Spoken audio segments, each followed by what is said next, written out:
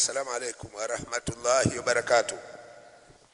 إن الحمد لله نحمده ونستعينه ونستغفره ونعوذ بالله من شرور أنفسنا ومن سيئات أعمالنا.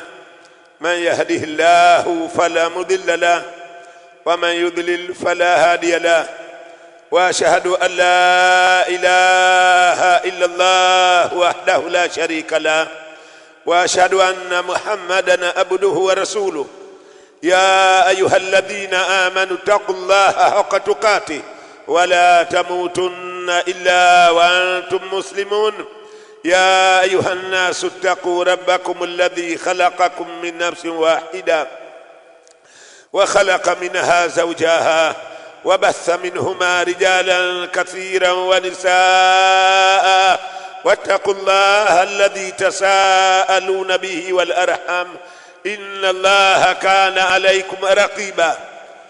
يا أيها الذين آمنوا اتقوا الله وقولوا قولا سديدا يصلح لكم أعمالكم ويغفر لكم ذنوبكم ومن يطع الله ورسوله فقد فاز فوزا عظيما.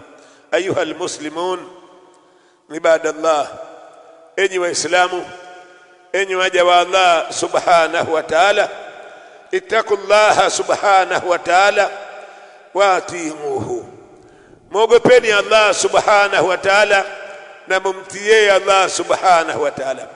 Unajua, kabla sianza kuzungumza na jambo baki limenikaa na ndipo nataka kuniona nilivyoingia na angalia maana kama nimepotelewa na kitu mfano wake. Kwa sababu mimi nikija hapa Faruki na nimeambiwa rasmi sasa kwamba njoo na hotuba zako nyingi au nyingine uzitoe pale pale uangalie we, alafu ile unaona itakayowafaa pale ndio ambayo kwamba itie pale. Sasa jambo linakuwa gumu kweli. Nikamwambia niongozeni, hawakuniongoza kwa hakika. Mwisho leo asubuhi nimezungumza na mmoja hivi sasa punde maana asubuhi yenyewe kanikatalia. Sasa mimi kwa haraka baada ya kuangalia, mimi kwa kukudhanieni kheri, lakini na hivi ndio kija hapa nilivyo mimi nadhania kheri gani? Nadhania kama mimi nazungumza na ahlul imani, watu wa imani. Sasa kwa kuwa nazungumza na watu wa imani wana mambo yao ambayo kwamba yaliyokuwa ya umuhimu mkubwa, wanakuwa na mambo ambayo kwamba yenye umuhimu, tena umuhimu wake ni umuhimu ambao kwamba uliokuwa mkubwa kwa wao, na hayo daima dawama wao wanakuwa wanayajali. Daima dawama mambo hayo wanakuwa wanayajali, hawaondoshi katika maarifa yao. Bado utakuta napata tabu kwa kiasi.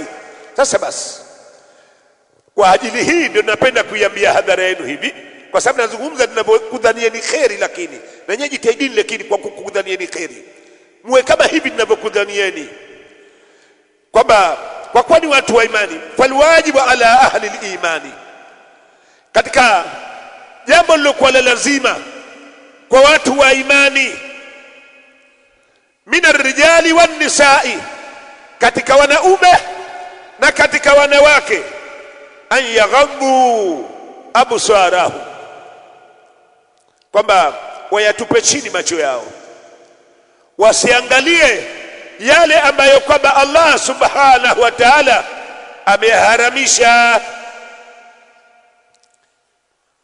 Waondoshe macho yao yakitua pahala palipokuwa pahala hapa pamekatazwa. Hili ndio mimi nataka nizungumze na nyie sasa, itabidi leo, kwa sababu jambo hili katika jambo lilikuwa lazima kwa watu wa imani.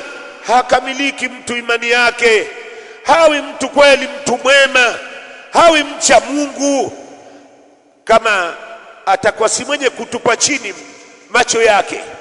Na ndio maana kwa ajili hii napenda kusema kwamba inna ghadha al-basari, kwa hakika jambo la kutupwa chini jicho,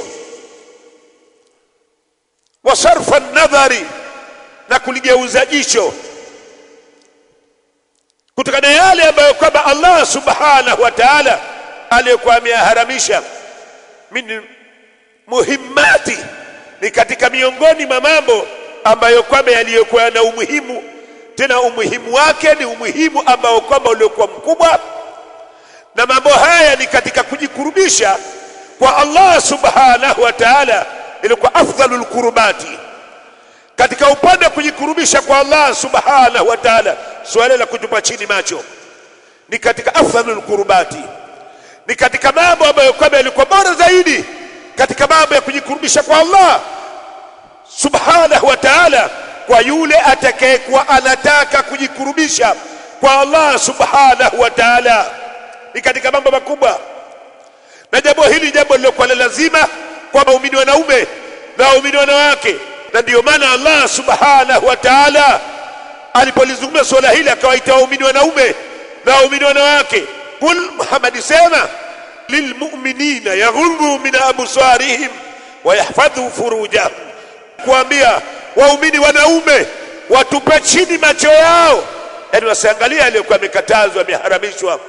Wa yahfadhu furujahum, na wazihifadhi tupu zao. Na kwa upande wa pili sasa akaambiwa wa kullil mu'minati yaghdhubna min absarihin wa yahfadhna furujahun, na waambie waumini wanawake kwamba wayatupe chini macho yao, wa yahfadhna furujahun, na wazihifadhi tupu zao. Haya ni katika mambo ambayo kwamba yaliyokuwa makubwa tena sana mno, na ndio maana kwa ajili hii tukae tukijua kwamba wanadharul haram anwao, kwamba kuangalia kuliko kwa kumeharamishwa kuko kwa namna nyingi. Mimi jambo la kwanza kabisa nalolielekeza kwenu ni kuangalia mwanamke ambaye kwamba mtu aliyekuwa anaweza kumuoa, kumwangalia mwanamke aliyekuwa anaweza kumuoa.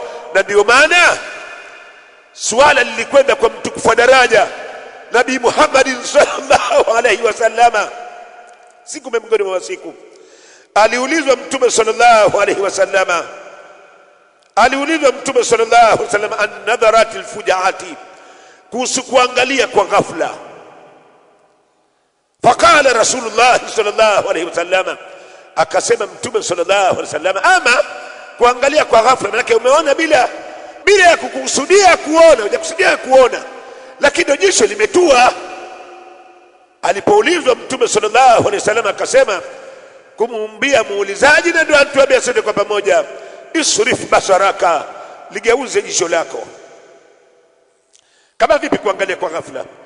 Yawezekana unatoka msikitini tu, baada hii hutuba inazungumza masuala hayo, au unatoka nyumbani kwako, au unashuka pahala katika gari hapo la pengine popote, jicho lako likatua kwa mwanamke ambaye kwamba alikuwa ni haramu kwa wewe kumwangalia. Sasa ikitokezea jambo hili, na jitizame ile dhana nzuri ambayo kwamba nilikuwa nimekuja nayo mimi mwanzo kwenu, ipo bake. Kwa vipi umeweza kugeuza jicho lako? Kwa kuwa mtukufu wa daraja sallallahu alaihi wasallama kasema isrif basaraka, ligeuze jicho lako, imekwisha, huangalii tena. Na ndio maana kutokana na Ali bin Abi Talib radhiyallahu anhu qala, amesema an-nadharatul ula laka, kwamba naye kapata mafunzo kutoka kwa Mtume sallallahu alaihi wasallam. An-nadharatul ula laka wan-nadhratu thaniya alayka. Nini maana ya maneno? Maana ya maneno kwamba an-nadharatul ula laka, kwamba kuangalia kwa mara ya mwanzo, yani maana yake hujakusudia kuangalia, limetua jicho tu. Laka, kwamba hapana madhambi kwako wewe utakayoyapata. Wanadharatul thania, na kuangalia kwa mara ya pili, maana ushaona ya kwanza, mfano nimeona pale, alafu an-nadharatu thania, kuangalia kwa mara ya pili, ndio hii sasa unarejesha tena. Na huko anakuja shetani haraka haraka, anavuvia, anatoa fatawa katika moyo wako wa kukutuma kwa haraka uangalie jicho la pili. Akasema kwamba nadharatu thania alaika, na kuangalia kwa mara ya pili ni kupata madhambi wewe.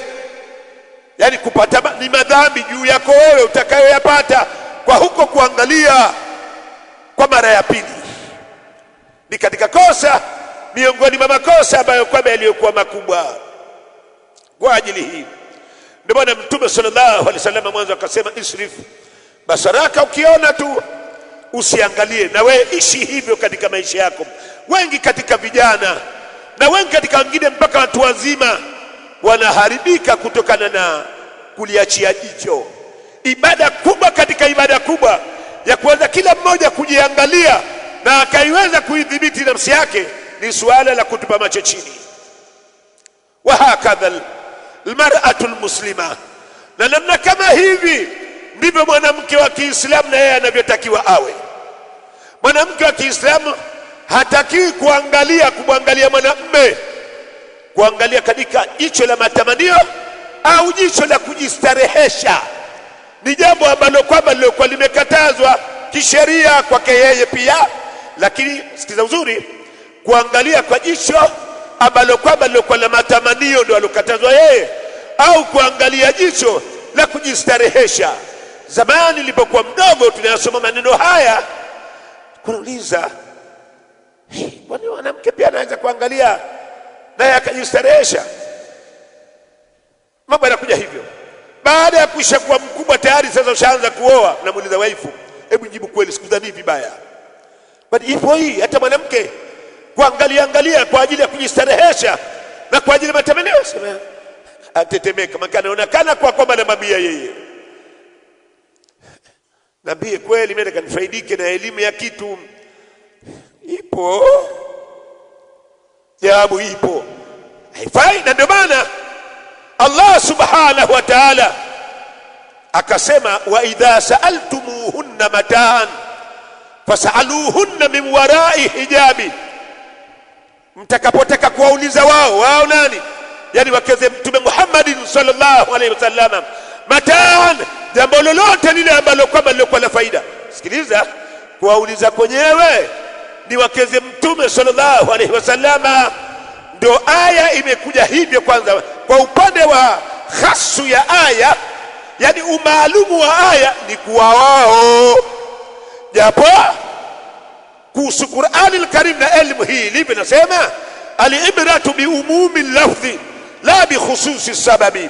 Mazingatio ni leta mko linavyoenea kumgusa kila mtu ilivyokuwa, la bi khususi sababi, sio kwa ajili ya kuhusishwa imezungumzwa wapi, kazungumziwa nani, ilishuka kwa ajili ya nani, wanaambiwa kina nani. Lakini sasa pa kuangalia aya imeshuka kwa wakeze Mtume Muhammad sallallahu alaihi wasallam, ambao nani? Sisi ni mama zetu. Tunaambiwa kwamba wa idha sa'altumuhunna mataan fas'aluhunna min wara'i hijab dhalikum. Kisha aya ikafunga maneno, Allah subhanahu wa ta'ala akasema dhalikum atharu liqulubikum wa qulubihin. Jambo hilo ni safisho lilokuwa kubwa sana mno kwa ajili ya nyoyo zenu nyinyi wanaume, wa qulubihin, na ni safisho, yani kitahirisho cha nyoyo zao wao. Naam, swala la hijabu ndio maana ukaona ni jambo ambalo kwamba lilikuwa lazima mwanamke wa Kiislamu, kila mmoja aliyekuwa amepewa mamlaka ya kumiliki mwanamke, ikiwa ni mke, ikiwa ni mtoto, ikiwa mwanafunzi, ikiwa yote, ahakikishe kama analipa umuhimu sana swala la stara, swala la hijabu, kwa sababu ndilo litakalozuia huku kuangalia kulikokuwa kumeharamishwa. Na ndio maana Allah akasema kwamba fasaluhunna min wara'i hijabi, waulizeni nyuma ya pazia. Alafu aya ikafunga maneno kwamba dhalikum atharu likulubikum wa qulubihin, safisho hilo.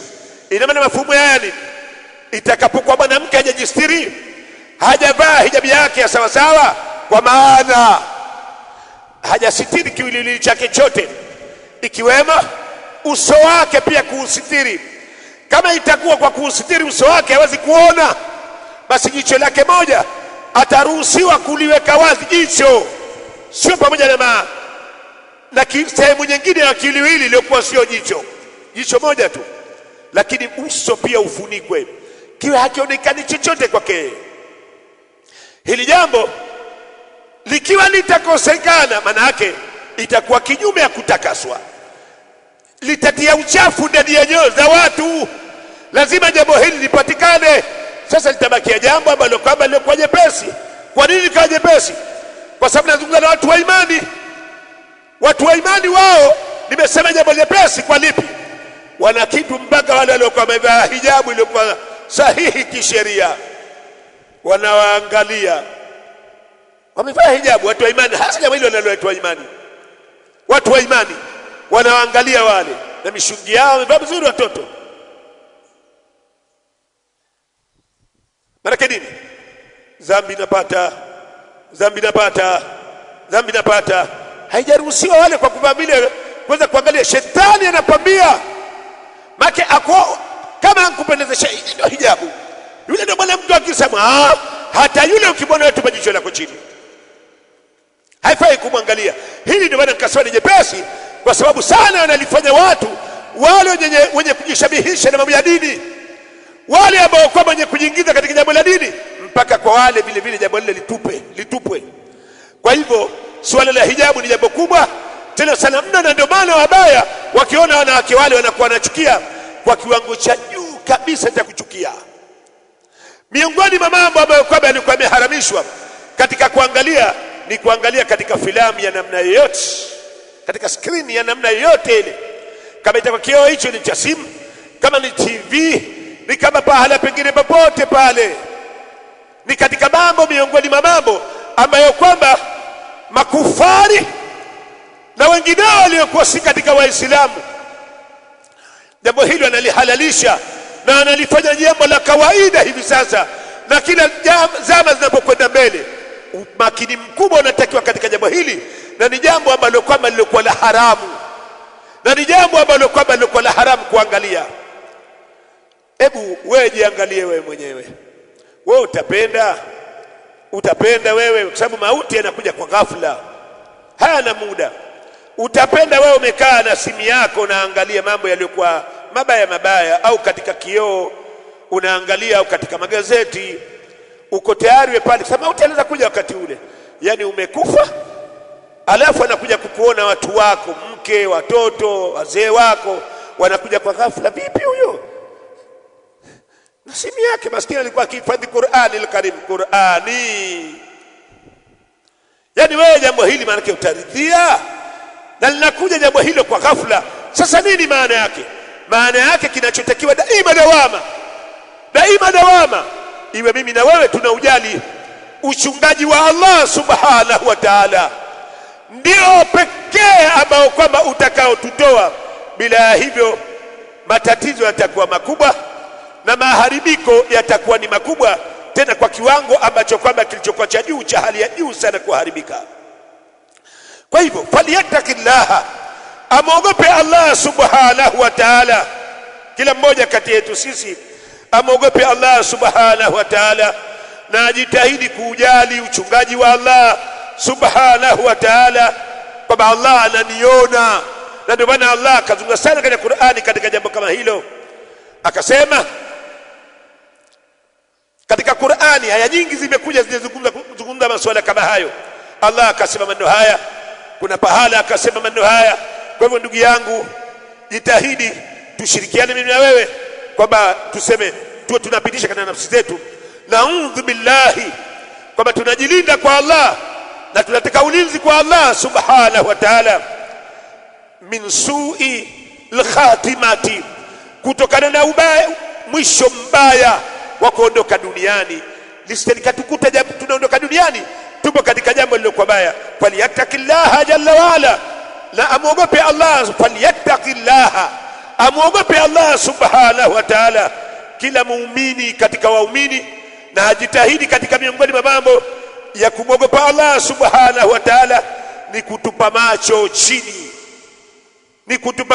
chini, na ili uweze kufaidi inatakiwa daima dawama ni kuangalia na kuuchunga uchungaji wa Allah subhanahu wa ta'ala. Kuuchunga uchungaji wa Allah, yani kujua kwamba Allah subhanahu wa ta'ala ananiona, Allah subhanahu wa ta'ala ananisikia, Ndio Allah akasema alam ya'lam bi anna Allah yara, kwani hajui kwamba Allah yara, anaona? Alam ya'lam bi anna Allah yara, kwani mtu hajui?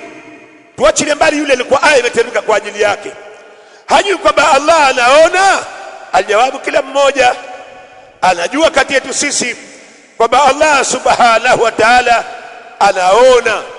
Kwa hivyo suala la kutupa macho chini ni suala ambalo kwamba wenyewe ni watu wa imani zaidi, sio kama wanaambiwa wao tu, wanaambiwa watu wote, lakini katika jambo ambalo kwamba la umuhimu mkubwa na ni jambo lilokuwa lazima kwa waumini tujitahidi katika jambo hili, mimi pamoja na nyinyi, na jambo hili lina faida katika faida ambazo kwamba zilizokuwa kubwa tena sana mno.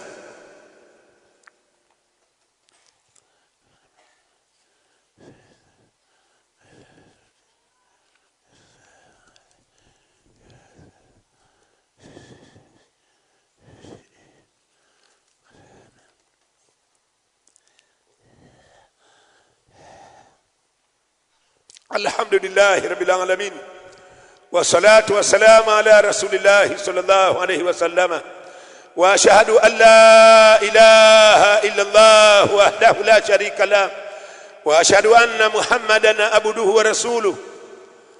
Ayuha almuslimun ibadallah, enyi waislamu, enyi waja wa Allah subhanahu wa ta'ala, falwajibu ala kulli almuslimi walmuslimati, lilokuwa lazima kwa kila muislamu mwanamume na kila muislamu mwanamke, miongoni mwa mambo yaliyokuwa lazima kwake ni ghadhul basari wa sarfu nadhari, ni suala la kutupa jicho chini na kuligeuza jicho likitua katika jambo ambalo kwamba lilokuwa baya, na hili ni katika miongoni mwa mambo ambayo kwamba yaliyokuwa na faida, ambayo kwamba iliyokuwa kubwa sana faida yake. Na ndio maana mwanachuoni Ibn al-Qayyim rahimahullah ana kitabu ndani yake akataja faida nyingi tu katika kitabu chake hicho kinachoitwa Al-Jawabul Kafi liman, yani Al-Jawabul Kafi liman sa'ala anid dawai. Kitabu kinaitwa Al-Jawabul Kafi liman sa'ala an dawai shafi. Ufupi wa yale ambayo kwamba aliyokuwa ameyasema ni hivi, kwa ufupi manake kwamba suala la kutupa macho chini kuna faida. Miongoni mwa faida zake kuitekeleza aya hii ya kutupa macho chini, kwamba ni kutekeleza maamrisho ya Allah subhanahu wa ta'ala. Wewe unapotupa chini macho yako unatekeleza maamrisho ya Allah subhanahu wa ta'ala. Si Allah akasema kullil mu'minina yaghuddu min absarihim. Kwa hivyo wewe kaa ukijua wakati ule unatupa jicho lako chini, wakati ule unaliondosha jicho lako, kaa ukijua kama wewe unatekeleza amri katika amri ya Allah subhanahu wa ta'ala. Napenda kuiambia hadhara yenu, hapati mtu utukufu, hawi mtu mtukufu katika dunia yake, wala mtu hawi mtukufu katika akhera yake, isipokuwa mpaka kwa kutekeleza maamrisho ya Allah subhanahu wa ta'ala. Na kwa upande wa pili, wala mtu haiwezekani, lazima atakuwa mbaya, atakuwa ni mchafu katika dunia yake, tena dhalili katika dunia yake na akhera yake, kwa kule kutokutekeleza maamrisho ya Allah subhanahu wa ta'ala. Yani akijiachia tu, haishi katika mgongo huu wa ardhi, kwamba yeye ni binadamu, yupo katika mtizamo maalum, katika mtihani maalum ambao kwamba alikuwa anaangaliwa utukufu wa dunia, na kila mmoja anataka, na utukufu wa akhera. Yani uwe mtu ambaye kwamba uliokuwa mwema, mtu uliokuwa mzuri, mtu wa kusifiwa, mtu mwenye nafasi nzuri maana katika maisha yako, na hali yako iwe nzuri, na utajo wako upate kuwa ni mzuri hata baada ya wewe kisha kuondoka. Halipatikani jambo hilo isipokuwa kwa kutekeleza maamrisho ya Allah subhanahu wa ta'ala. Ubaya, kila ubaya ni kwa kuacha kutekeleza maamrisho ya Allah subhanahu wa ta'ala. Kwa hivyo suala la kutupa macho chini ni kutekeleza maamrisho katika maamrisho ya Allah subhanahu wa ta'ala. Faida hiyo, Faida nyingine ambayo kwamba ilikuwa inapatikana, kataja faida nyingi, lakini kutokana na wakati nafupilizisha hata katika kuzitaja, nataja kama mbili tu. Faida ya pili ni wewe au mimi kujizuilia na mshare wa sumu wa shetani, kwa sababu kuangalia vilivyokuwa vimeharamishwa kama kumwangalia mwanamke, ndani yake shetani anakuwa anatia mshare wake ni mshare wa sumu ndani ya nyoyo. Kwa hivyo ndipo pale mtu unasoma, unalingania, unajitahidi katika wema, lakini wewe bado ndani ya moyo wako kuna matamanio yaliyokuwa si halali yanakwenda, ambayo kwamba uliokuwa unayataka. Hutulizani, sina uwezo kuongeza mke wa pili mie. Unawaza nini kuangalia mwanamke mwingine? Maana niongeze basi ruhusa wanne. Hapana, usiangalie. Na ndio maana Ibn Uthaymeen rahimahullah siku moja alikuwa akizungumza na tulabil ilmi, akazungumza maneno madogo ambayo kwamba yalikuwa makubwa. Maneno kwa ufupi wake, utakuta watu wana hirsi katika suala la kusali, la kufunga, la kutafuta elimu, la kufanya mambo mema mbalimbali, lakini utakuta mtu hana jambo la uchaji Mungu. Yeye kisha akahusisha akasema hana jambo la tabia nzuri. Kujipamba na tabia nzuri ni katika jambo ambalo kwamba lilikuwa kubwa sana mno, na ndio maana Mtume sallallahu alaihi wasallam akata maneno kama hakuna kuingia peponi isipokuwa kwa tabia nzuri, au maneno yenye maana kama hayo. Tabia nzuri, miongoni mwa tabia nzuri ni kule kujiepusha na mambo ambayo kwamba Allah aliyokuwa ameyakataza. Kwa hivyo kutupa jicho chini kutakupelekea wewe mshare usiingie, mshare wa shetani, mshare wa ibilisi usiingie ndani ya nyoyo yako, ambayo ni katika faida ambayo kwamba iliyokuwa kubwa sana. Sasa kwa ajili hii mimi nitapendelea kutoa nasaha kwenu nyinyi. Nasaha zangu kwenu nyinyi kwamba tujitahidini tuishi katika mgongo huu wa ardhi, kwamba tuujali daima dawama uchungaji wa Allah, kwamba Allah anatuchunga sisi, kwa maana Allah anatuangalia katika siri na katika dhahiri. Fi sirri, katika wakati wa siri, wa dhahiri, na katika wakati uliokuwa wa dhahiri Allah anatuchunga na anatujua. Ya'lamu kha'inata al-ayuni, Allah anajua khiana ya jicho, anajua Allah anajua yaliyokuwa ndani ya nyoyo. Tumogope Allah subhanahu wa ta'ala tutakapokuwa tupo katika hali ya siri na katika hali ya dhahiri, iwe daima dawama tunajua kwamba Allah subhanahu wa ta'ala anatujua. Na kwa kuwa sisi ni binadamu hakuna hata mmoja mwenye kujitakasa, bali kila mmoja ni mtu ambaye kwamba ana nafasi ya kukosea. Kwa hivyo napenda kuambia hadhara yenu tauba, suala la kutubia kwa yale ambayo kwamba yaliyokuwa yamepita katika hili la kutizama katika mfano wa makosa mengine yalikuwepo. Kutubia, jambo la kutubia ni jambo ambalo kwamba lilikuwa kubwa sana mno, na ndiyo maana jambo hili anawafikishiwa mja muumini. Allah akimpenda mja, miongoni mwa mambo ambayo kwamba alikuwa anampa, anamwafikisha, yani anamwezesha suala la kutubu, yani kurejea kwa Allah subhanahu wa ta'ala. Na ndio maana mimi na wewe tukiangalia katika aya zinazozungumza suala la kutupa jicho chini kwa wanaume na wanawake, aya zimekuja katika aya 31, 32, aya zikaja mwisho Allah akafunga maneno kwa kusema, akasema watubu ila Allahi jami'an ayyuhal mu'minun la'allakum tuflihun. Akaifunga maneno aya kwa maneno haya ya toba, maneno ya kutubia. Maana yake nini? Maana yake kwamba kila mmoja kakosea, afungue ukurasa mpya kati yake na Mola wake.